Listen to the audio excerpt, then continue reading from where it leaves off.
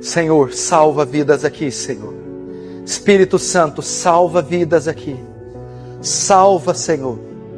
Espírito Santo, convence homens, mulheres, jovens, crianças ou idosos do pecado, da justiça, do juízo. Salva, Senhor. Salva, Senhor. Salva vidas.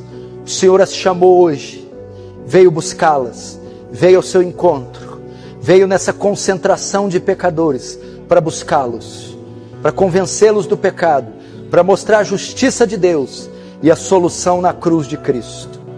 Há perdão na cruz, a redenção na cruz, a expiação na cruz, a adoção na cruz. Creia em Cristo, irmão, creia na cruz. Lance sua esperança em Cristo e Ele te salvará, e Ele te perdoará, e Ele escreverá o seu nome no livro da vida, hoje, aqui, agora, em nome de Jesus. Amém.